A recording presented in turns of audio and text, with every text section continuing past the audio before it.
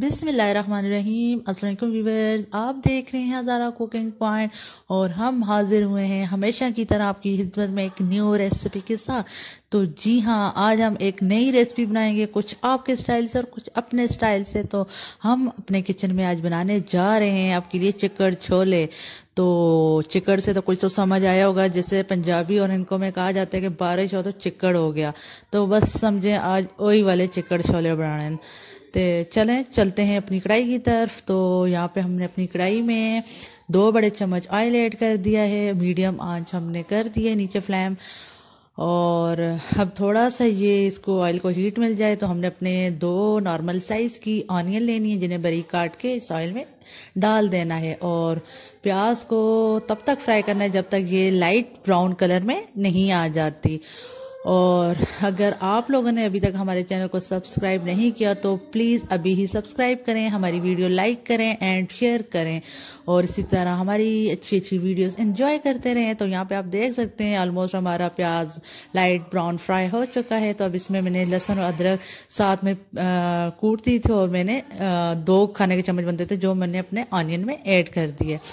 तो यहाँ पे अब थोड़ा सा ऑनियन वगैरह को भी इसमें फ्राई कर दिया मैंने प्याज में। तो अब मैंने 1 खाने का चम्मच बड़ा लाल मिर्च और आधा खाने का चम्मच जो डाला है हल्दी डाला है, और थोड़ा सा पानी डाल के अच्छे से ऑनियन को कलर दिया। और अब 4 बड़े साइज के टमाटर मैंने बारीक काटे हुए डाल दिए और मीडियम आंच पे इनको मैंने डाम के 3 से 4 मिनट के लिए पकाना है ताकि टमाटर सॉफ्ट हो जाएं। तो यहाँ पे मेरे 4 मिनट हो गए हैं, टमाटर बहुत अच्छे से सॉफ्ट हो चुके हैं। तो अब मैं यहाँ पे 1 बाउल दही लूँगी और जिसमें मैंने 1 खाने का चम्मच गरम मसाले और 1.5 खाने का चम्मच काली मिर्च का पाउडर और साथ में 1.5 खाने का चम्मच चाट मसाला डाल के अच्छे से दही में मिक्स किया था। और अब मैंने अपने टमाटरों में ऐड कर दिया है वो 1 दही का बाउल, जो हम नॉर्मल चीज़ों के लिए अपने खाने के लिए बाउल यूज़ करते हैं, वो वाला बाउल।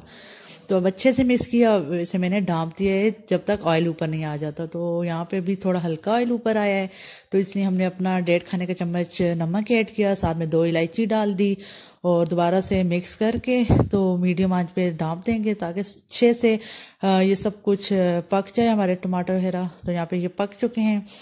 तो अब हमने 3 जो कप थे वो चने लेके बॉईल कर दिए थे।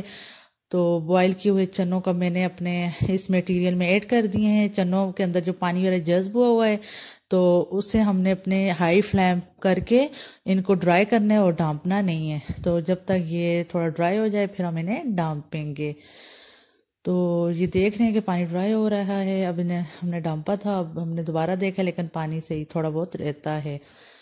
तो माशाल्लाह से ये ऑलमोस्ट बहुत अच्छे हमारे चने रेडी हो गए हैं, पानी भी इनमें से ड्राई हो रहा है। और जैसे ही ऑयल ऊपर आता है तो हम इसको देखते हैं।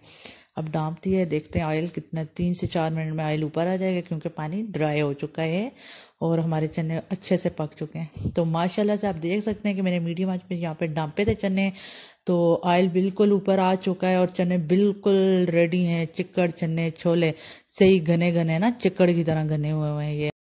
तो ये अभी देख के मेरे मुंह में पानी आ रहा है। अभी मैं इन्हें नान के साथ खाऊंगी, बड़ा इंजॉय करूंगी। तो आप लोगों ने ये रेसिपी ज़रूर ट्राई करनी, इससे पहले आपने चिकन चने छोले की ये रेसिपी नहीं देखी होगी। तो उम्मीद है कि आपको पसंद आएगी। आज के लिए इजाज़त दीजिए, अल्लाह हाफिज़।